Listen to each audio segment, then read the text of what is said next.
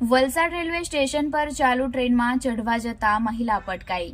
Valsad railway station પર આજે સવારે એક કરુણ ઘટના બનવા પામી હતી, જેમાં એક મહિલા ટ્રેનમાં સવાર હતી અને વલસાડ સ્ટેશન આવતા સ્ટોલ પર સામાન લેવા માટે ઉતરી હતી। આ દરમિયાન ટ્રેન ચાલુ થઈ ગઈ હતી અને મહિલા ચાલુ ટ્રેનમાં ચઢવા જતા મહિલાનો હાથ સ્લીપ થઈ ગયો હતો અને મહિલા પટકાઈ હતી, જેમાં મહિલાનો પગ ટ્રેન નીચે આવી જતા પગ કપાઈ ગયો હતો। સદનસીબે મહિલાનો જીવ બચી ગયો હતો અને ગંભીર હાલતમાં મહિલાને 108 એમ્બ્યુલન્સમાં વલસાડની ઝેનિથ ડોક્ટર હાઉસ હોસ્પિટલમાં ખસેડવામાં આવી છે।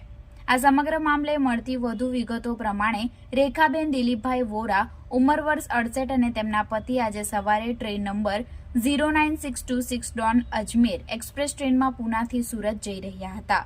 આ દરમિયાન વલસાડ સ્ટેશન પર પ્લેટફોર્મ નંબર 2 પર ટ્રેન પહોંચતા રેખાબેન નાસ્તો લેવા માટે ટ્રેનમાંથી ઉતર્યા હતા। આ દરમિયાન ટ્રેન ચાલુ થઈ જતા રેખાબેન ચાલુ ટ્રેનમાં ચઢવા જતા તેમનો હાથ સ્લીપ થઈ ગયો હતો। ટ્રેન અને પ્લેટફોર્મના વચ્ચેના ભાગે પગ આવી જતા ડાબા પગનો પંજો કપાઈ ગયો હતો।